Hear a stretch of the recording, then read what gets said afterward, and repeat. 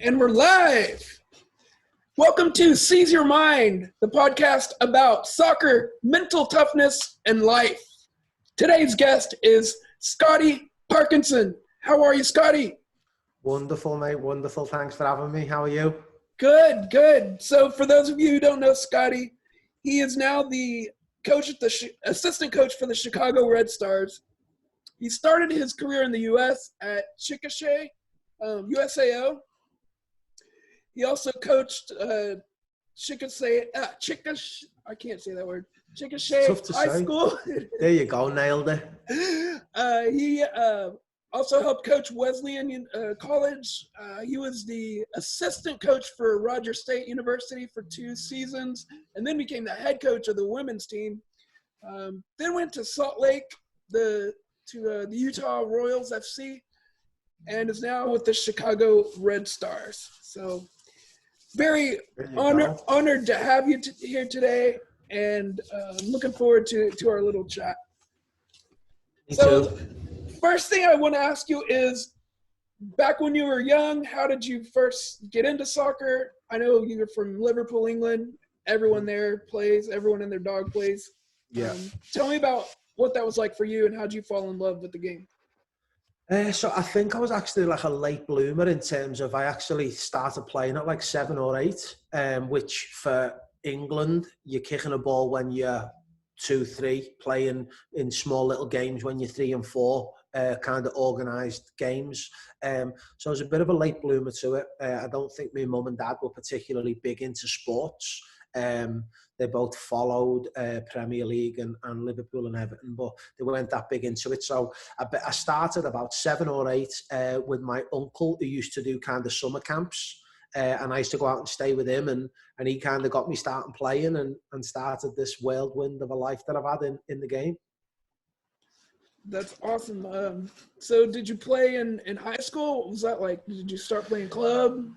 Yeah, so I played club, and in England it's a little bit different. So there is no like club coaches are just whoever's mum and dad best suits to be the coach is the coach. You don't pay any kind of monthly dues, weekly dues, anything like that. The only thing that you would split would be if you rented an indoor facility. Everyone would pay, $1 or $2, or if you had a referee on the weekend, everyone would pay, $1 or $2, and that would pay the referee's fee. So it was very, almost they call it rec here, but that's kind of the way it was set up. So played for a local team. Everyone back home kind of just plays for the team that's closest to your house. So if you live in a Wasso, you play for NEOFC. Like, you don't go play for TSC, you don't play for Blitz, you don't play for Energy. That's the club you play for because it's the closest to your house. That's kind of how it works back home. And you just play with your friends. There isn't really a first team or a second team. There may be 2 teams in the same age group, but they're just 2 groups of friends. So that's kind of how it all started. I got picked to play for Everton, the Premier League team. They're kind of youth setup as a kid. But even when you play for Everton, first time was probably about 11. And it's still pretty legit. You wear the Everton kit, you wear everything about it. It's completely free. You don't pay for anything. But the one thing that is different back home than it is here, if you play for FC Dallas don't want you playing for your high school.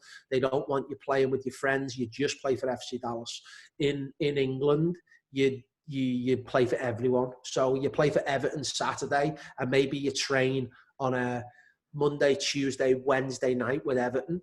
Then after training, if my kind of club team played, I'd go train with my club team, and I would play for my club team on a Saturday morning, play for Everton Saturday evening, or vice versa, or play on a Sunday. So back home, you never really lose the playing with your friends, playing with your club team, no matter what.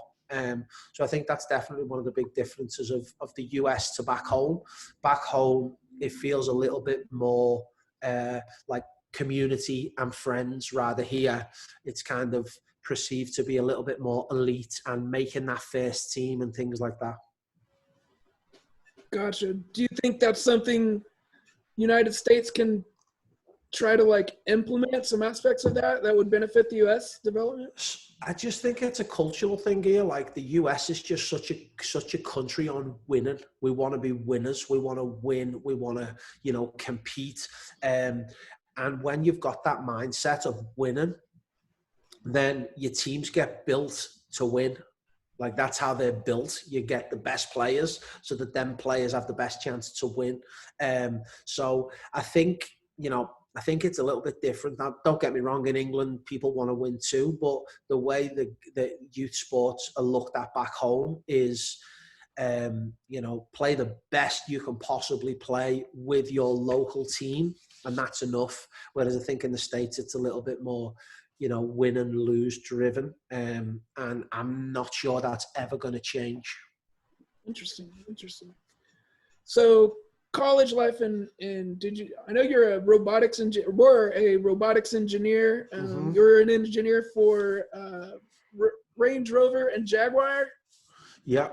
So basically probably at about 16, finishing high school, and there was no contracts for soccer for me.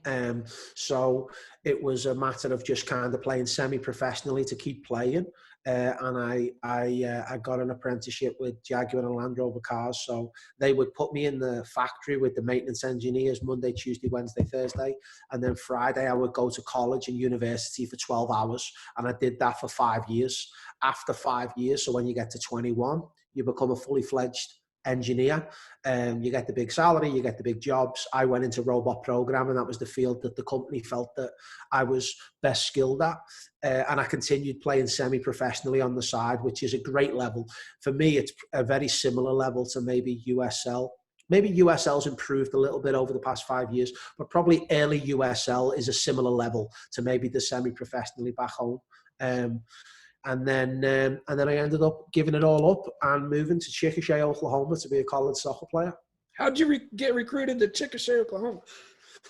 So when I was playing in England, we have a team that's kind of like the ODP team. It's like the select team for your area. And that would be probably one of the elite teams that you'd want to try and get on. And they take a team every year to the Dallas Cup to play in an international tournament in Dallas every year. And they've done it for 25, 26 years. So I went out there and played on that. So I got to see the American lifestyle, the American facilities, the amount of money that people put into sports in America is just like nothing I've ever seen before. And then the lifestyle of the coaches, like you can make a living coaching kids here, whereas as I said before, in England, when you coach a kids team, you're just the best dad or mum on the team. You don't get paid for it. It's completely free. Right. So a lot of my friends from the Dallas Cup took scholarship offers and came out to America. Well, I was obviously still an engineer, so I wanted to finish that up and get going.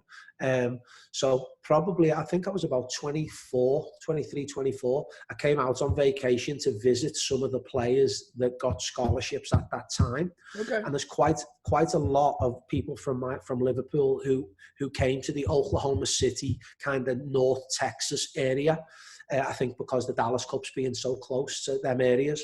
And when I seen the lifestyle and seeing the way people trained every day, to see how professional college sports was, it was like, this is the dream. This is what I've always wanted to do, full-time every day, be an athlete and compete on a team and be coached by proper coaches.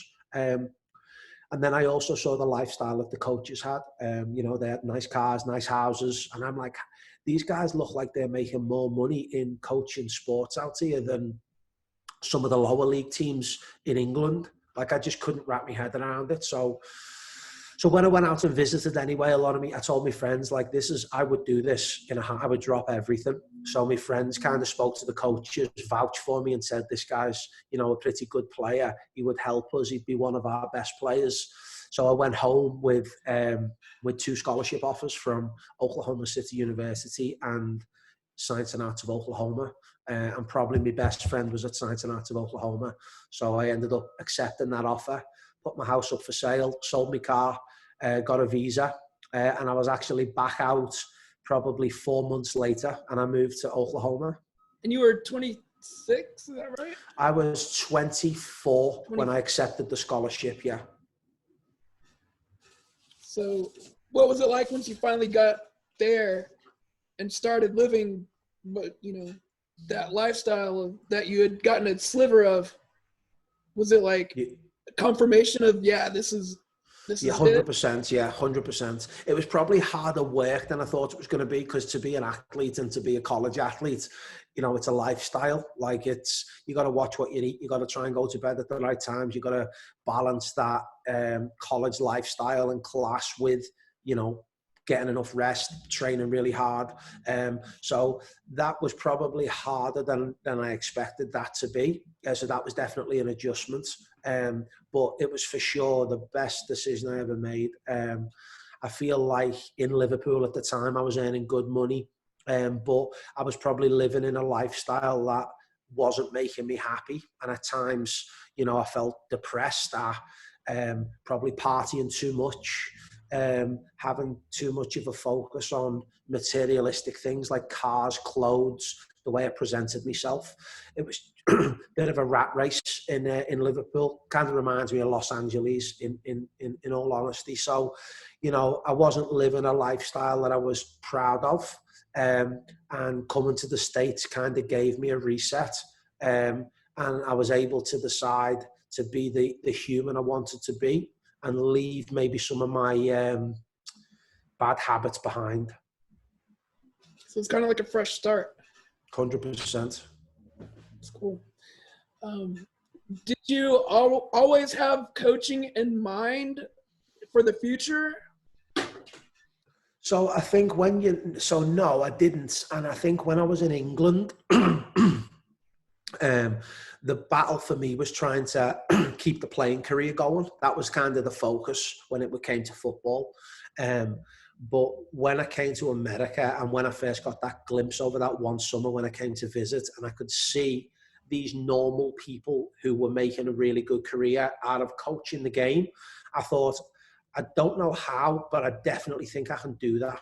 I definitely think I've got the brain capacity to figure out how to be good at this because I love the game. I love playing it. I love competing.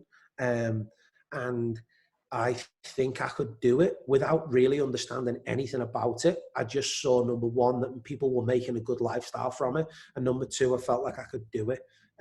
So that was it, really. But it was a part of the decision coming to the US was, I think I can make football my life for the rest of my life, both as a player and then hopefully taper into being a coach. So 100% that was the goal when I made the decision to come out here.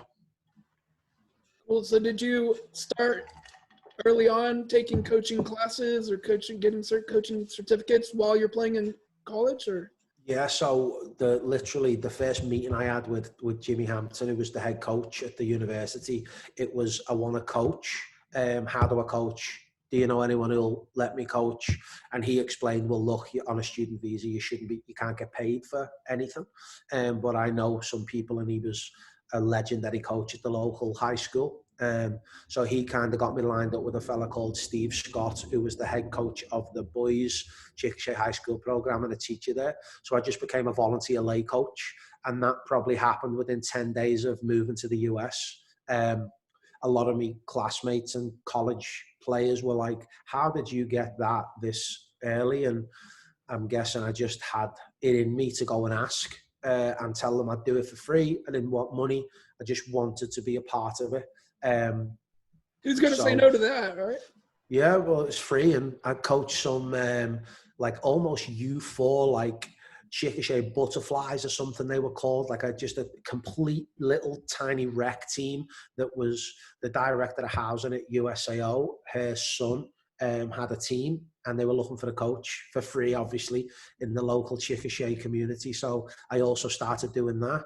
And that's just kind of how it all started, really. And it was just, volunteering as much as I could, to do as much as I could, to just get comfortable with, being a voice to athletes and asking them to do what I needed them to do. A lot of people want that immediate gratification of, you obviously were able to get that long, big picture in mind and not care about getting paid right now and knowing that, I'm planting seeds for the future.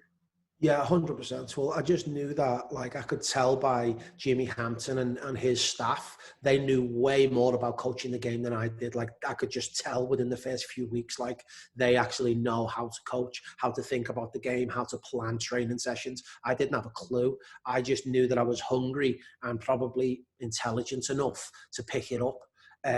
So for me, it was, this is going to be fun, and I'm going to play, and I'm going to get another degree, and I'm going to have the best 4 years of my life. But I know that that's going to end, especially with me starting late. I'm going to graduate almost 30. My legs are probably going to be past their best at that age. So it was always about, how do I make sure that I stay in the United States and be a coach for a long time? That was always kind of the driver. So yeah. What was let's start back at Chickasha as a player. What was your favorite moment in soccer there in those 4 years of college? So this is so it's actually got nothing to do with soccer.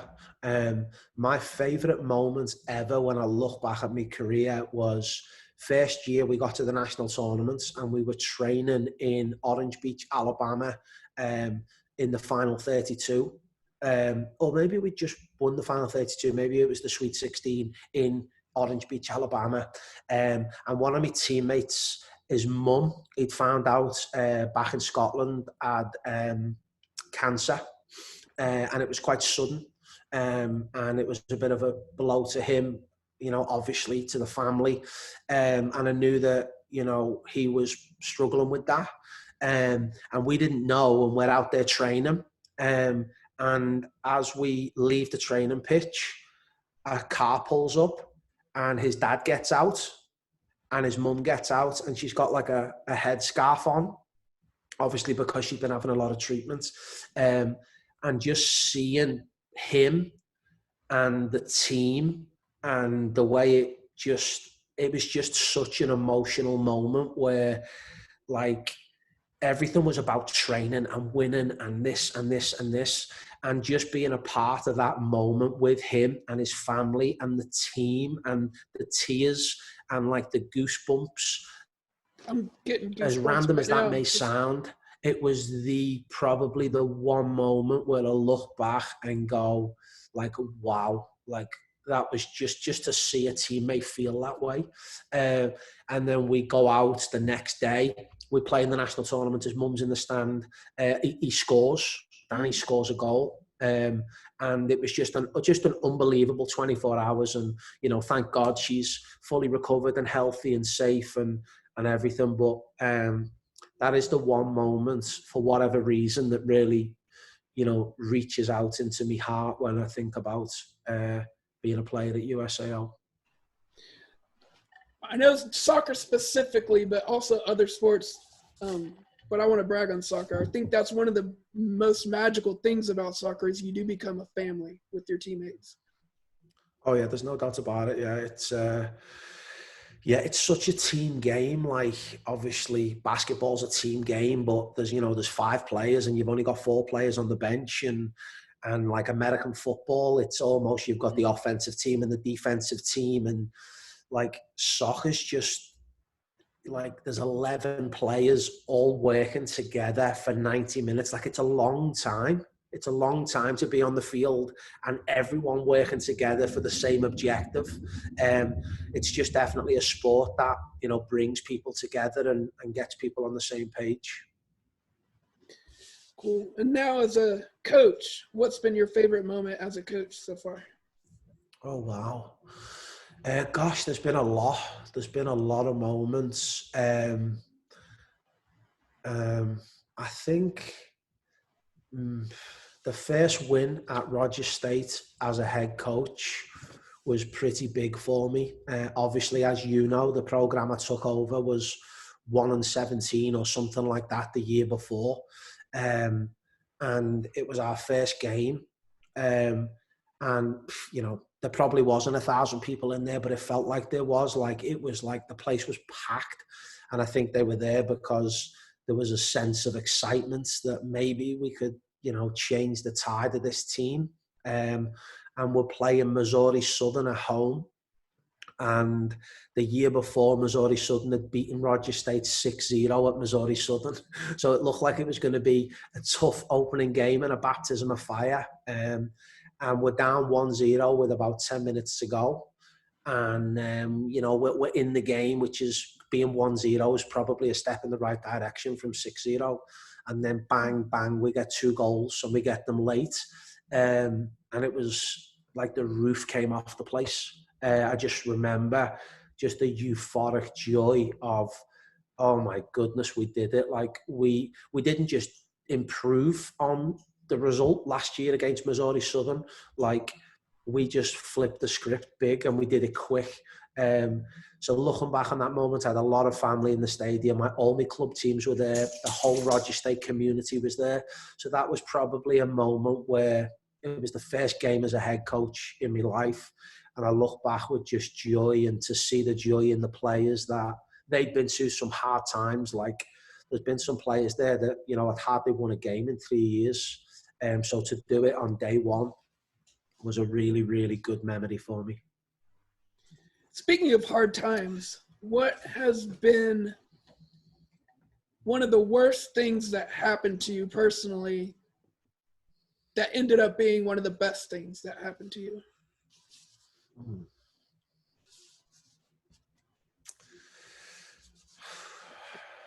don't know.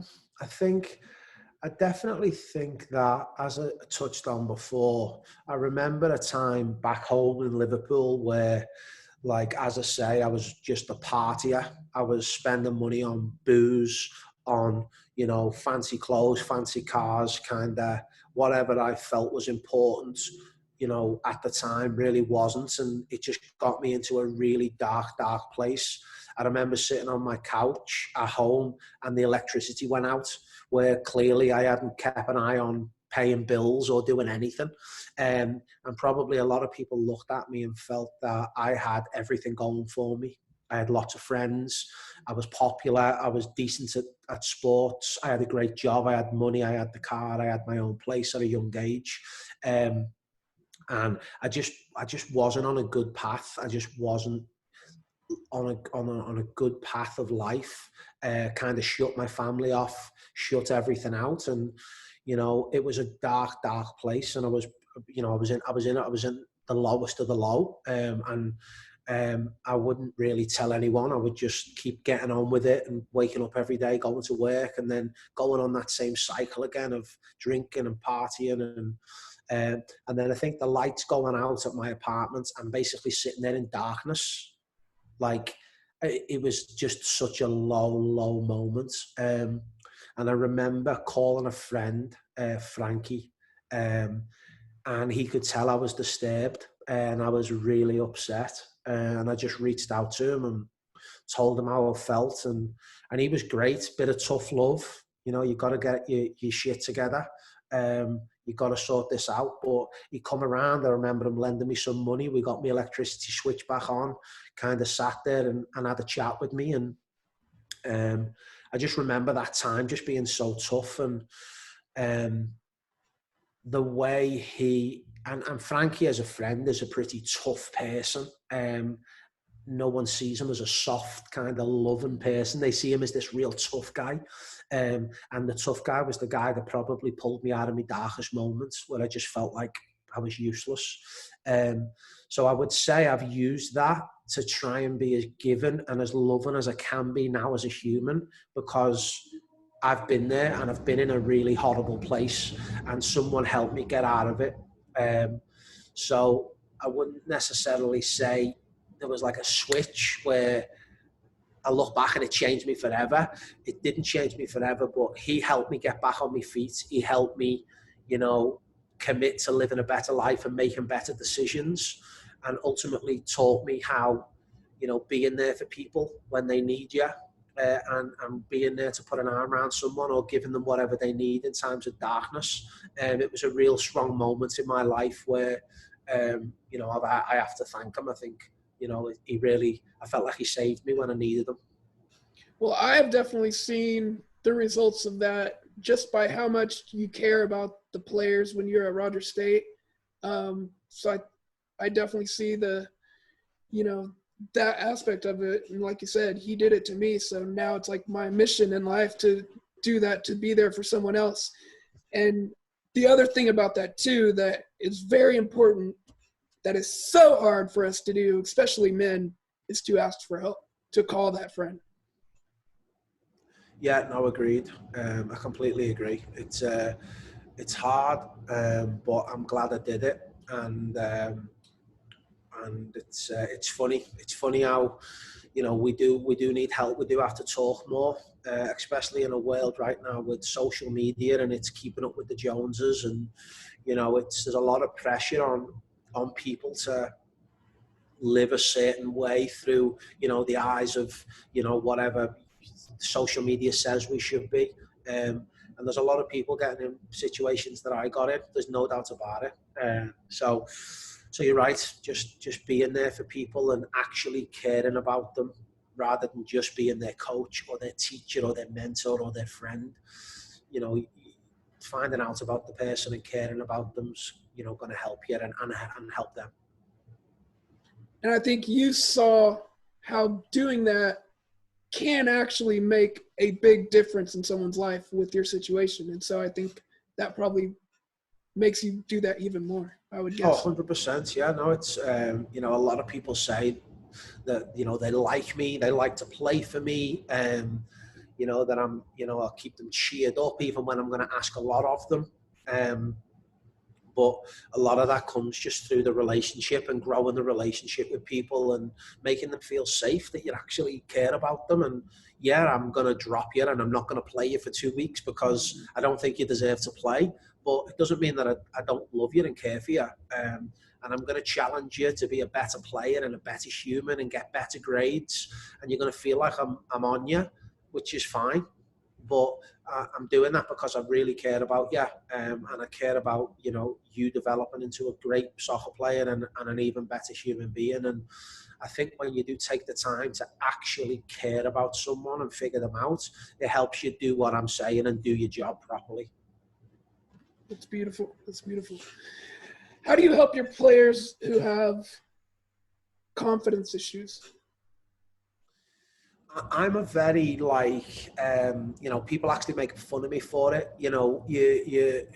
So when you're coaching, they almost train you on courses to have like a freeze moment, and freeze a moment when there's been a failure or a breakdown. Get in, discuss the breakdown, and give solutions and try and navigate solutions with the players as to preventing that breakdown from happening. And I agree with that as a part of coaching, but I'm definitely like a positive reinforcement coach. So rather than stop it every time to correct someone or navigate solutions with them, I'm a coach that they'll hear me praise them for doing something right.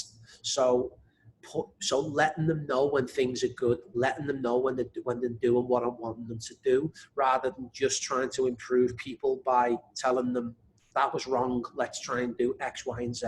So I think I'm a coach that likes to praise and give positive reinforcements. And then I think confidence issues is again, it's sitting down and explaining to players that yes, you may neglect certain areas of your game or whatever, but you do have special key qualities. And I think as coaches, a lot of the times we're always trying to repair or fix what people are crap at or no good at, and we forget to enhance their secret weapon or what they're absolutely brilliant at. Because at the end of the day, David Beckham was David Beckham because of his right foot and his delivery of free kicks and his crossing. To not work on that would be stupid because that's his secret weapon. So for me, I like to, yes, improve people's failures, but I definitely invest a lot of time in what they're really special at and really make that thing even more special. And I think that is a good way to make people feel good about themselves and make them feel like they do have some key qualities to bring to a team or their life or their locker room or whatever. It's interesting. I just did a little workshop with some of Larkin's kids, He's got some club kids about 16 years old, and one of the things I told them about was to write down 3 of their strengths, 3 things that they are good at, or their parents or coaches have said they're good at. So that kind of reinforces, makes me feel better knowing that that technique actually does work. So it's good to hear. Yeah, no, for sure. What about helping a player who's having trouble staying focused and in the moment? So I think that it's a great question. But it can be a very, very broad question, and there can be a lot of reasons as to why someone's not focused or not in the moment. And if someone doesn't love what they do, then why would you focus on it? Because it's not something you love or that you're really into. Some people may have issues off the field where they've got something else going on that's maybe taking their focus away from something that we want them to focus on. So I think there's a lot of reasons as to the why people would lose focus. And I think for me, it's bringing in that individual and actually sitting down and having a conversation with them and figuring out what's going on. I know early at Roger the State, one of the things I would start to do, and I did it early, was some kind of individual development plans with the players. And basically, we wanted to make them better at something that they wanted to be better at. And it didn't have to be soccer related. I wanted to make sure that somebody felt better at something. And at the end of the day, if it means that you're stressed out, that you stink at biology, and that is making you struggle in the soccer environment, then let's fix biology. It might not be the soccer issue or anything to do with soccer that's the problem. I know I had a player who was new to Claremore, and she was struggling with not having friends or not having a hobby. So her individual development plan had nothing to do with football. We got her into a photography kind of group on campus because that was something that she was passionate about, and ultimately it made the human happier, and more balanced.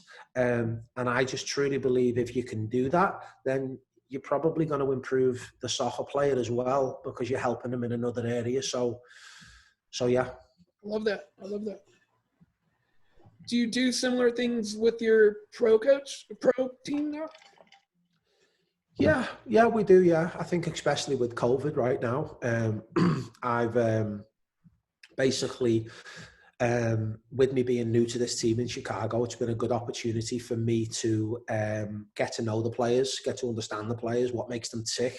And we've done very similar things where I created kind of a statistical report, but I tweaked the report for every player individually, because some statistics, like, let's say, how many times do you win the ball back in the opponent's box? Well, for a goalkeeper, that's not a smart stat, because when are they ever going to go in the goalkeeper's box? So basically, I built out all these statistical booklets for each player based on their position. And it had their last 3 years of stats. And then I also put some players in the league to play in their position. And then basically put a back page on the booklet that said, I want 3 strengths and I want 3 things that you want to be better at. And then at the bottom, any questions for coaches. So basically, I'm not going to tell you what to look at. I want you to look at your own stats, self-reflect on what I'm giving you. And then you tell me what you want to be better at based on the stats. And then we'll just go from there. And some of them were random. Some of them were pretty precision and to the point. But again, it was just an exercise where you're empowering the athletes to be involved in their own development. And then you come and tell me what you want to be better at. You're an adult, you're a professional athlete. And then I'll help you get there and kind of navigate it with you. So we did that. And then I also asked the head coach to give me one big thing on the pitch that he would like each player to be better at individually. So I then went away with video and I would find that moment, good, bad, add some graphics to each video, maybe 10 clips. And then again, sent it out to the players these are the things that we would like you to focus on when COVID is over as an individual. Watch the video, then we'll sit on a Zoom together and go through it. And then they had the opportunity to give feedback and kind of ask questions and kind of navigate it themselves, rather than I'm just telling you this is what I want you to be better at and this is how you do it. You know, really going through it with them and just being a part of their journey on that. So yeah, I suppose it's very similar.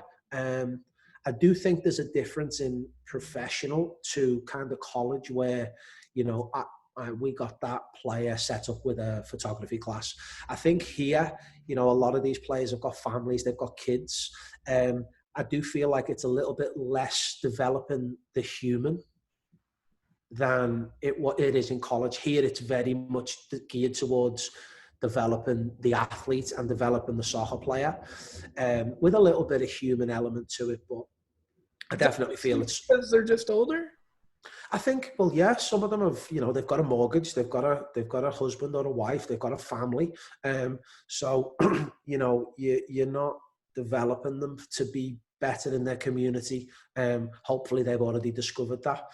But, you know, me, I'll still always ensure that, you know, we had a meeting yesterday and a player was late to the meeting online, and I got a text from the player and I text the player back. You know, this isn't acceptable. It's something you've got to stay on. You know, I'm here if you need anything. Done. Nipped it in the bud. Done. So I guess that was me, you know, still trying to mold a young athlete into being a good human and a good professional. So it does go on. It's probably just not quite as much as it is in the youth game and the college game. Is that what you would say is the biggest difference, total, like overall? Between that is a big difference. I'd say in the college, I think in the youth game, it's about developing the human and developing the individual as a soccer player. Like for me, it's all about developing the individual. I think in college, yes, it's about winning, but you can't win if you get a 1.0 GPA and all your kids are partying every weekend. In college, that isn't winning. Winning is having a balanced program where you are helping youngsters navigate life and becoming adults and being ready for the next stage of their life while getting good grades and representing something that's bigger than them, which is the university and the program.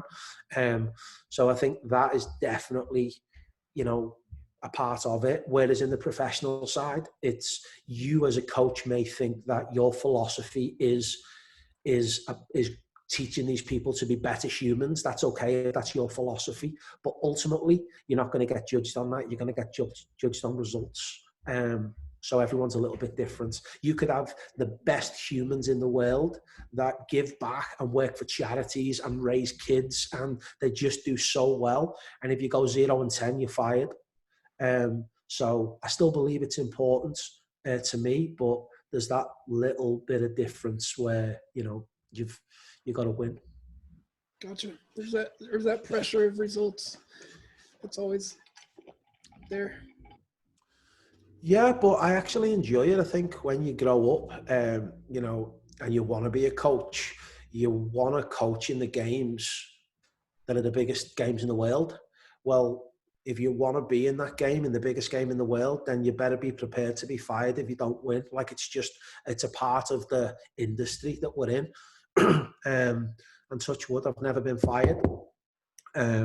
So I think the higher you get up the ladder, the more chances you've got of that happening.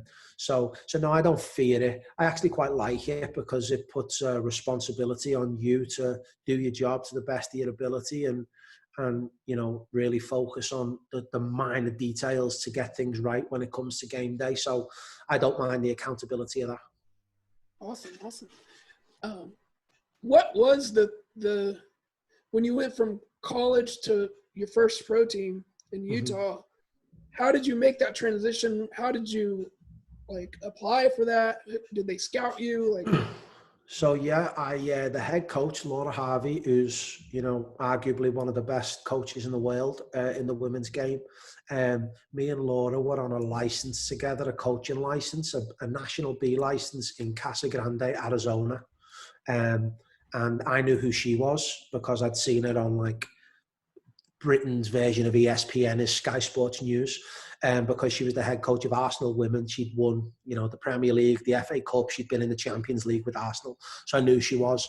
And we got quite close on the course where she, you know, I think she may have thought I was a good coach. She thought I was a decent human. We got along really well. And at the time, she was the head coach of Seattle Reign, which is in the National Women's Soccer League. And she offered me a position to go up there. So I must have done something right in them 10 days. And she was a candidate too. She's got all of her UEFA licenses, but she wanted to do some of the US soccer ones. So it didn't quite work out. I was actually a volunteer coach at Roger State for Larkin at the time. I actually drove to Seattle thinking we were going to get it going. And for one reason or another, it just didn't quite work. So I drove all the way back to Oklahoma. Thankfully, my wife didn't quit her job yet. And Larkin took me back, which was great. So we kept in contact over the time. And I think through social media and live streaming the games, she was able to watch me kind of do well and get into the women's game and have success. And I was able to keep in contact with her and watch her games over the internet and on live TV. And we just kind of stayed in contact over 2 or 3 years. And she ended up taking the job in Utah, and she gave me a call. So there was no job interview. It was, do you want to do this? I obviously spoke to my wife. She backed us, thankfully. And there was no real negotiation. It was, this is it. Let's go give it a go. So it was as simple as that, really. So just being you and keep doing networking. Yeah, and I'll be honest with you, I go on courses and I go to like the National Coaching Convention, and I see people who are very deliberate in kind of networking, and I can see it. I can feel it when people want to network with me. They don't really care about me. They just want me to remember who they are. They know who I am. I'm not really into that. I have a bubbly personality, and people think I'm probably easier to kind of connect with, but I'm not someone who's comfortable with just going over and talking to someone. I'm not someone who will just go out with a certain group of coaches for a beer. I'm just not that way inclined. I am actually quite reserved. So yes, it was networking, but it was a natural networking. It wasn't forced. There was no, going after each other. It just happened. And I'll be honest with you, she'd only seen me coach for 10 days on the course. She'd seen my success and watched a couple of Roger State games. But I truly believe she called me because of the human rather than the coach. That's truly what I believe. I think I've heard her quote before. She feels like she could trust me. She feels like if a bus was going to come down the street, I'd push her out the way and take one for her. So I think that was where actually her interest came from, was me as a human, which, is important. True. Was that the same convention that you met Tony Meola? I saw you have a picture with him. So that I met Laura on the B license, and Tony Meola I was with on my A license, and that was in Raleigh, North Carolina. What was it like? What was he like meeting him? It was great, hilarious, very East Coast, got the accents, kind of very bubbly, very loud, tons of stories. Obviously, a US legend in the game. And I tried to convince him to let me take a penalty against him. And he said no. The last penalty that was ever against him was Pele, and he saved it. So he said he'll never let anyone take a penalty on him again. So yeah, but no, he was great. And as I say, it's nice to meet some people like that on these courses that, you get to have maybe a fun time with for a little bit. Cool. I'm trying to get him on too. How do you go about developing leaders in your team? Good question. So I think that to ask people to lead,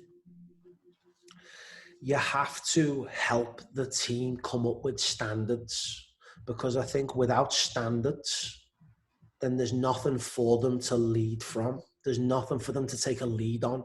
So I've been involved in certain programs where, you know, there are no standards. There are no, this is what's expected. This is what we think is required. So personally for me, without standards, leadership to me is dead. So I think it was a tip that I got on a coaching course. What I did at Roger State was we would sit the team down and discuss some topics from on the field, classroom, lifestyle, and basically let the group be empowered in making the decisions on what's acceptable. What are we going to say is acceptable? And I think when you do that, there's no trick to it. But if you say to people, what's acceptable about class attendance? Very rarely does a player pipe up and say 50% of class is good. Like, it just doesn't happen. People aren't going to say that. So one thing that I'd like to do is open the floor up, both at Roger State and in professional environments, and say, let's create our standards together, who we want to be together, from how we sleep, how we eat, how we train, how we turn up every day, how we go to class, community service, whatever it is, and just empower the group to build this kind of standards together. Because I feel like when it's a choice and it's a decision made by everyone, we're probably a little bit more inclined to actually do it. And I hear some programs, they have this huge book and it's, you can't do this, you can't do that, you can't do that, and you have to sign it in pre-season. I just don't think I've ever really reacted well to someone, basically, the only things they tell me are things that I can't do. Like, you can't do this. You know what young people are like. People are going to rebel. So I think empowering the group, staff included, players included, to come up with who we want to be on and off the field, agreeing on it as a group and having an open forum. And then once the standards are in place, I think that's a really good opportunity then for players to lead the culture and lead the standards, because they've actually got a framework to go from. And when everyone in that room agrees that they came up with this, I just think it's easier for everyone else to have the confidence to actually go and lead, rather than it being coach driven. It's a little bit more player driven. More of a democracy than a dictatorship. Yeah, I would say that's the case, and for me, I think it works. I think the amount of stuff that Lexi Ellingson would deal with, and Daisy Cardona would deal with, that we now talk about, that I had no clue about. I had no clue, and they were seeing situations and were going and handling it as leaders, because they were empowered to lead, and they were given standards which allowed them to lead. So now when I see them, and I love all players who've played for me, especially players like them. We stay in contact a lot, and I've met them for coffees, and they've come to Utah and whatnot, and just speaking to them and hearing the stories that have gone on behind the scenes, where maybe they've shut a party down, maybe they've told a player to delete something off social media because they've seen that it doesn't match what we agreed was what we wanted to be. And it never gets to the AD, it never gets to Dawn, it never gets to me, it didn't get to Kelsey, because they dealt with it themselves. For me, that's how you create leaders. And culture, it's leaders in culture. Yeah, absolutely. Yeah. Goal setting. How do you set goals for yourself? Do you write them down? Do you just keep them in the back of your head?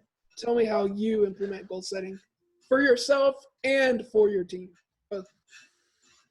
Yeah, I think for the team, we kind of touched on that with kind of the individual plans. And I think, again, when you have these meetings as a team, you just can come up with what your goals are as a team. And again, not necessarily be the coach that designs it, but the players that design it too.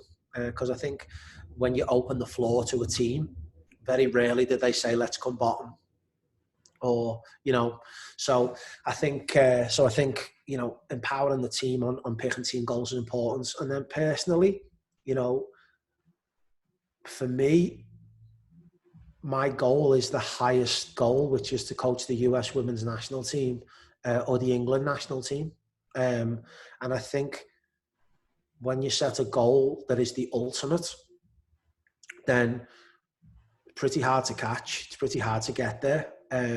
So you don't really need to reassess your goal. You just keep going and going and going until you get there. Now, obviously, it doesn't just happen overnight. You've probably got to have a lot of small goals that you almost like a ladder to get there. And I think coaching education is one, again, it's pretty easy. You don't have to plan it a whole lot because you go from F to A in the US, and you do the same in Europe. So I've finished the US ones now, and now it's time to get through the European ones. I was scheduled to be in Scotland next month for the UEFA B license. They're actually going to look at doing it online through workshops and tutorials, which is wonderful for me. So the educational piece is pretty easy again, because the path is already in front of you. You've just got to keep hitting the checkpoints and keep getting through them. That blueprint's already there. It's already there, yeah. You don't even have to set them. You just have to keep chasing them because they're already there. And then I think personally, it's just a lot of self-reflection, because, I may think today that I'm really good at the sports performance side of soccer, let's say, as an example. Well, in 2 years' time, I need to look back and actually understand, with the education that I've got and the experience that I've got, am I right in actually, do I know it all in sports performance? Have I done enough? Do I understand the new ways and the new models? So I think it's just constant self-reflection within, both as a human and as a professional, on what areas your gut is telling you you need to improve on, and maybe keep working on, as we said before, the big rocks that I know that I'm good at, keep enhancing that and stay ahead on them areas. So I think for me right now, I've got that goal and where I want to get to. And then it's just chipping away every day, every season, every month, and just keep improving. Then my last question I like to end with is, if you could go back and tell your 24-year-old self one thing that would help you in your coaching career, what would it be? Oh, that's a good question, that is. Okay, so I think the one thing this is what it would be. It would be to, so when you're a young coach, it's difficult because you have to understand the game and training while coaching it at the same time. So it can become about the coach and about my understanding of a situation, or about my understanding of how we're going to win this game, or about my understanding of how this training session should go. But as a coach, it's all about the player and the players. And I think that would be the one tip I would give myself. Yes, you have to focus on you, and you have to keep challenging how you see the game and develop yourself. But don't forget, it's all about the player. That's your job. And I think an example I'm going to give you here in Utah, it's super tactical professional soccer. It's lots of video, lots of, teams play this way and they're so good that they play this way a lot and all the time. And I remember giving two defenders, Becky Sauerbrunn, who's I think the best defender in world football, and then Rachel Corsie, the captain of Scotland and was at a World Cup last year. I gave them information on how I wanted them to play out of the back. And at half time, they did the complete opposite to what I felt I told them. Well, I ended up having to self-reflect on what had gone down here. Why was it that they didn't do what I asked them to do? And when I spoke to them, they said, I never really got that from you. I didn't pick up on that information when I felt like that was the only information that I gave them. And I think what it was a bit of an aha moment for me was I had almost felt that I'd seen something in a game that could help us win. And I was so proud that I seen it. I felt like it was about me. And I was presenting because I'd seen something. And in that moment, I realized that my job was to make them understand it, not make me understand it. So I may sit at home like, oh, I'm so good, I seen something. And that's probably how I went about it, which is fine because we should be proud of ourselves when we start to see the game in a more complex way. But that was the moment where I've gone, okay, it's not just seeing the game. You've got to teach it to the player. You've got to make sure they understand what you're talking about, or there's no point in me being good at seeing it if you can't get it through to your players. So that would be my advice to my 24-year-old self. Ensure that the player understands, and it's not just you, the coach, that understands, because the coach doesn't play the game, the players do. That's beautiful. Almost like poetry. I'm not sure. Scotty, we're going to wrap up here. Thank you so much for being on the podcast. It's been an honor to talk to you again. We miss you at Rogers State, but we wish you the best. I miss you guys too. Thanks for having me on, Brandon. I really appreciate you. Say hello to your dad for me. Will do. All right, mate. See ya. He's been excited to hear this podcast. So. Oh, good. Good. Well, I'll speak to you soon, mate. Be safe. All right. Take care. Thank you. Bye. Bye-bye. Hey, guys. I hope y'all liked the episode today. Please make sure to subscribe to my YouTube channel. Thank you.